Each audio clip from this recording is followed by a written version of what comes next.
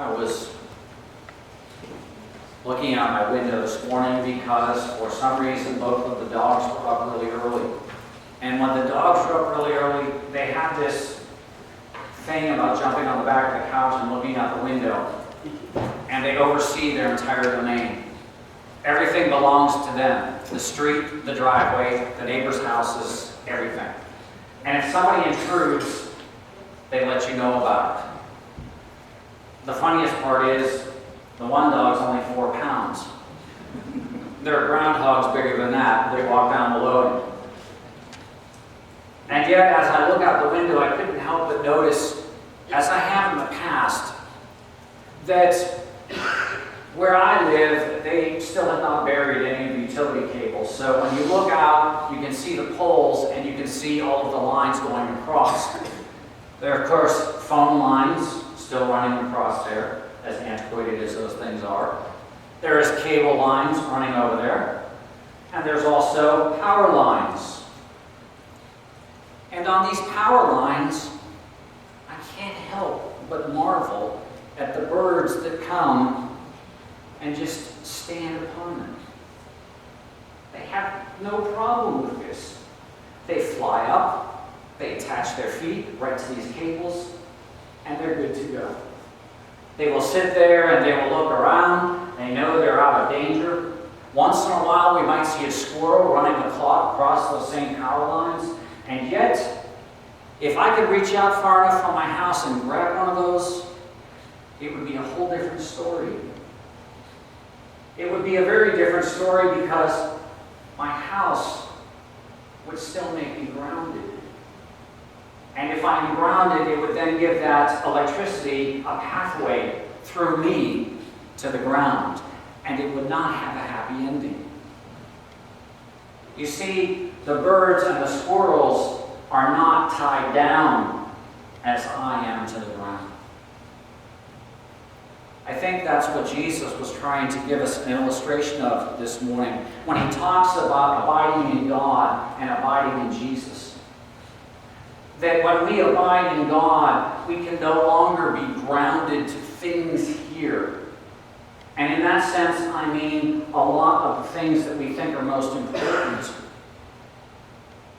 You see, when we are going to hang with the big birds, when we are going to hang on the wires that count, we have to let go of a lot of the stuff that holds us back. We have to let go of a lot of the baggage that we carry. We have to let go of those things that are important. And Jesus tells us all of the things that are important. He says simply this: love as I have loved you. Love so much that you'd be willing to give your life for your friend.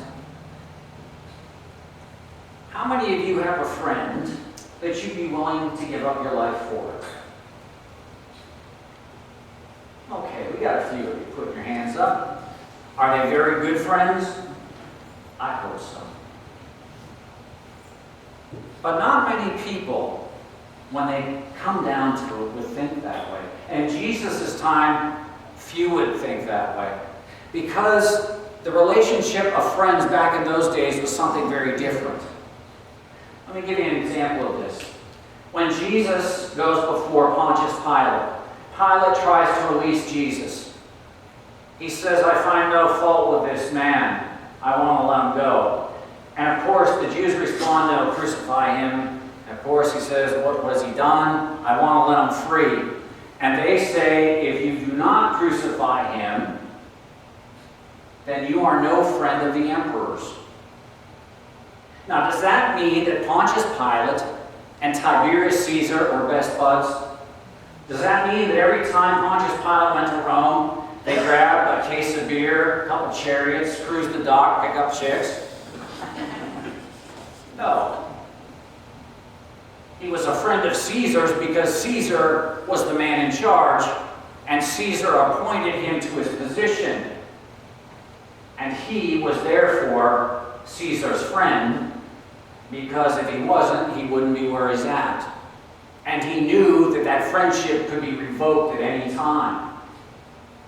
And so when Jesus talks about being willing to love someone, a friend, so much that you'd be willing to sacrifice your life, that was very radical thought at the time.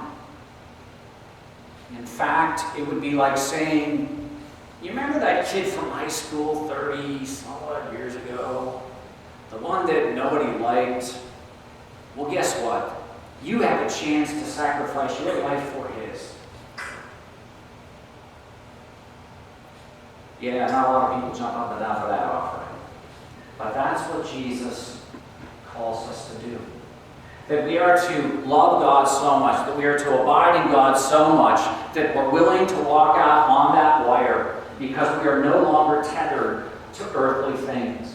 We no longer have to worry about those things that we always worry about. That if we abide in God and God in us, and that love that we have for God is reflected in others, then Jesus said that we will experience His joy. Not the joy of this world, but the joy that only God can give to us. A joy that is beyond all that we can ever imagine. And the peace that comes with that as well. That trusting in God for all things means that, yes, we trust God enough that we will love, even though we may not want to. Even though we really don't want to some days. That we will love just because God asks us to. Now, as I was talking with the children, it was interesting because I had so many good examples of how it is that we can love in this life. We can simply reach out to those who are in need. That when we see someone who has fallen down, instead of laughing at them, we go over and we lift them up. And we hug them and hold them and let them know that they matter. If we see somebody who may be down on their luck. I don't know if you've seen on Facebook that a man who was every day looking out his window, he saw a woman sleeping on the ground. Every day, that's where she slept, on the ground, outside. And so, he built a house for her. Now, when I say a house, I'm talking about something that's like about 6.5 feet long, 4.5 feet tall. But this thing was weather-tight, and it had a lock and a deadbolt on it. It had a window. It had a place for this woman who had no home. He gave her a home. He knew that he was called to love this person whom he did not know. And he was willing to do something about it. A lot of times we hear everything going the wrong way. We hear about people who are doing the wrong things. And Jesus says that yes, that will happen. But if you are my disciples, then you will love as I have loved you. And here's how I have loved you.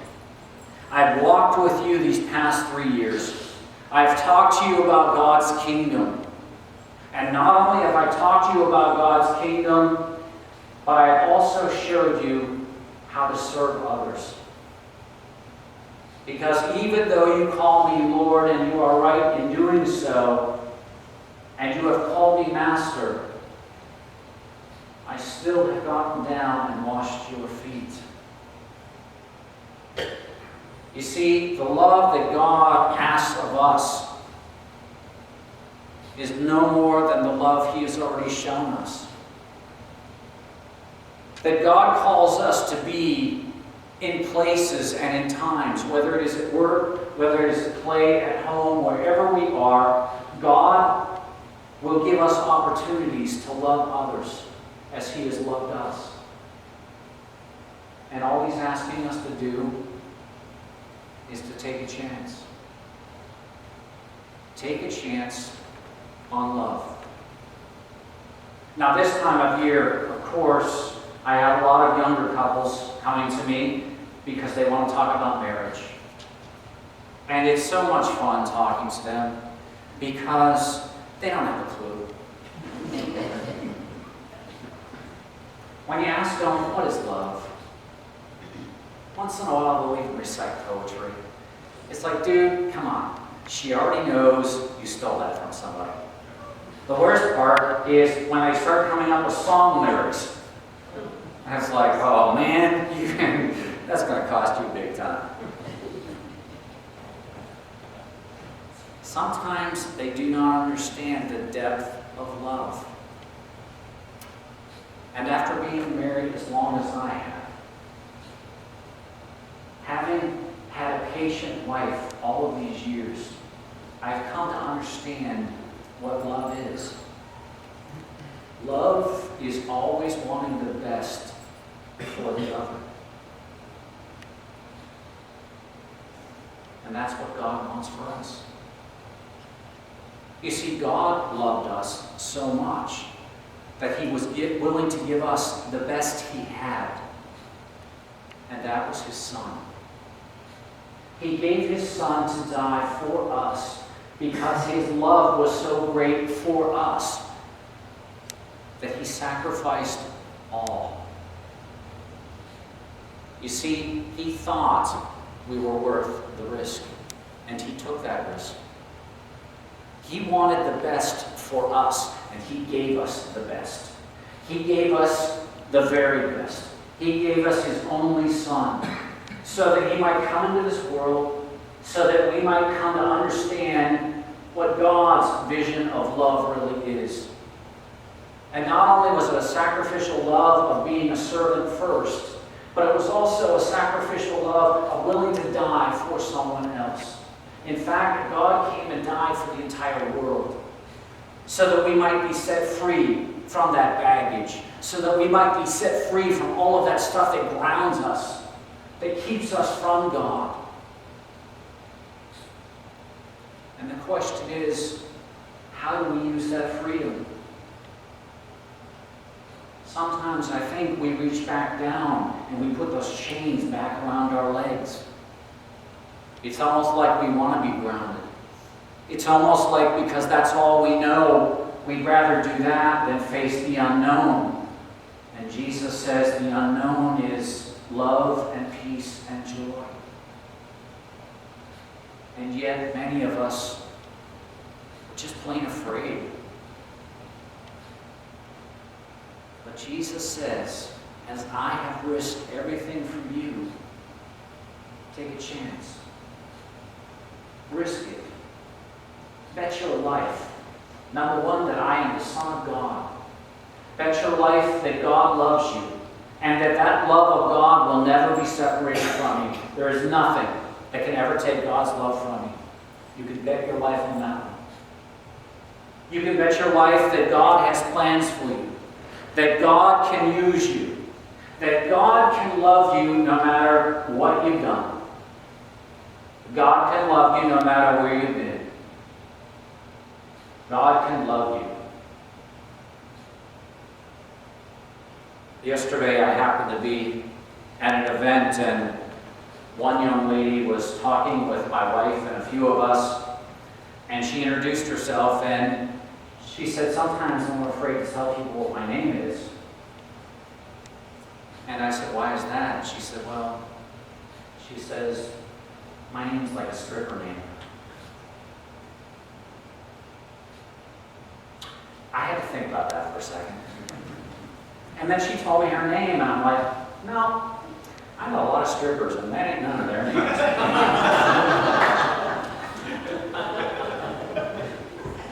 My wife was healthy enough to elbow me in the ribs.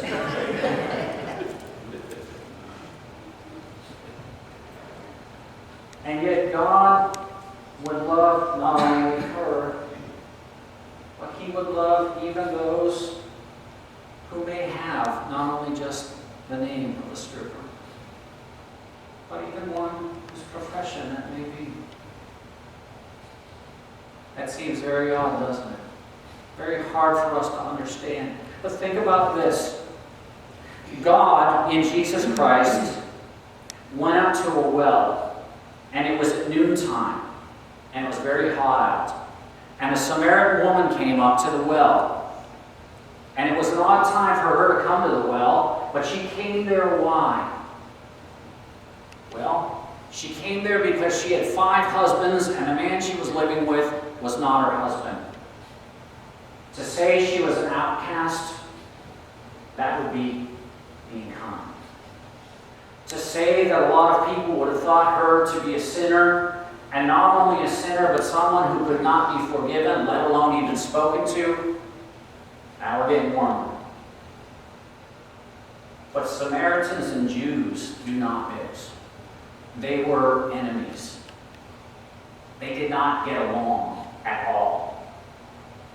And yet God and Jesus Christ goes up to this woman, and he begins to speak to her. And he begins to tell her about living water. This living water that if she drinks from it, that she will never thirst again. And he doesn't turn her away because of her profession or what she's done or what she hasn't done. Rather, he says that it is available to all.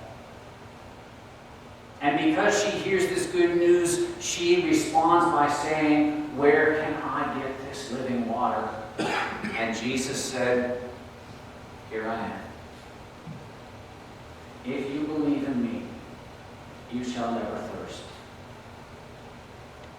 And she runs and tells everyone. And many others come, and they come to believe that Jesus is the Son of God. I guess what I'm saying is this: you're not beyond hope. You're not beyond the love of God. No one is. That God's love is so immense, so deep, that God can love the worst of us just as he can love the best of us. And he can love the best of us at our worst moments, just as he can love the worst at their best moments. And as God does this, he calls us to do the same. Let me close with this story. 4 men had gone to Chicago because they were going to close a big business deal. It was a make or break thing for their business. And the owners of this business said, when you get home on Friday, we are going to have a celebration if you close this deal. Invite your wives, your girlfriends, whatever. But we're counting on you 4 guys. And so they went there and they were ready. And they were prepared. And guess what? They closed the deal. The only problem is they had to rely on the airlines to get them home. We all know what the track record is of airlines. They were a little bit late. In fact, they were calling to board the plane as they got there.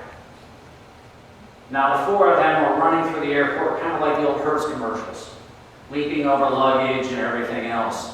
And along the way, one of the 4 had not seen it until it was too late, but there was a cart of apples, and he overturned this cart of apples, and they all kept running, and they got to security, and the one guy said, even though it wasn't me, why don't you guys go ahead? I got something to do. And they said, come on, you got to go in here. It's the last flight out. You're going to miss the party.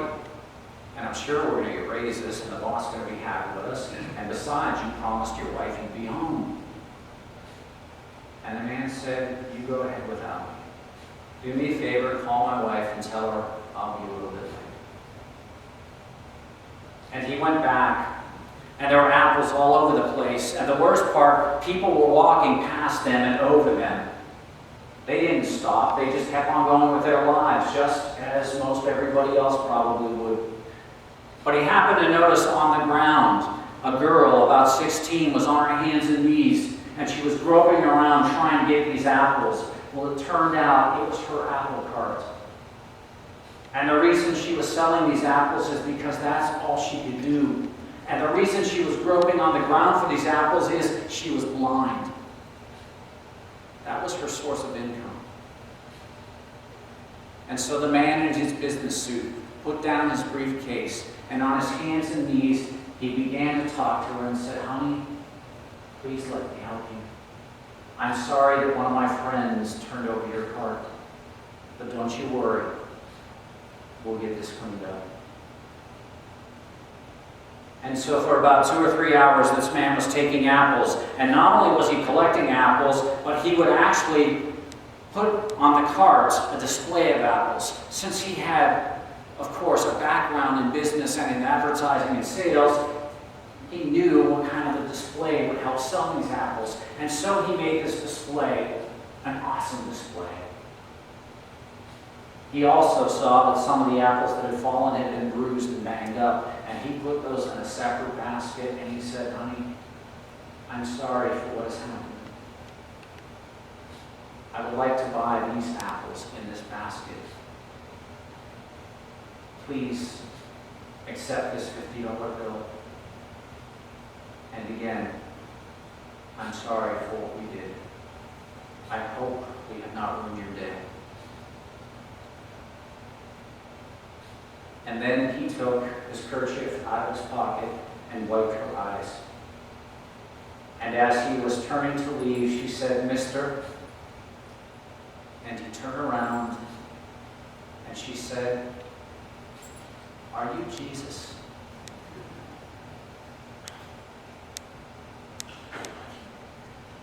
Wouldn't it be nice if everyone could look at us and by the way that we love others, in the little things that we do, wouldn't it be nice to hear those same words? Are you Jesus? I pray that the love of God is instilled in each one of us so that every day we might reflect that love of Christ to all those we meet. And every day might we hear those same words. Mister, man, are you Jesus? And when we do, trust that love of God, that peace and that joy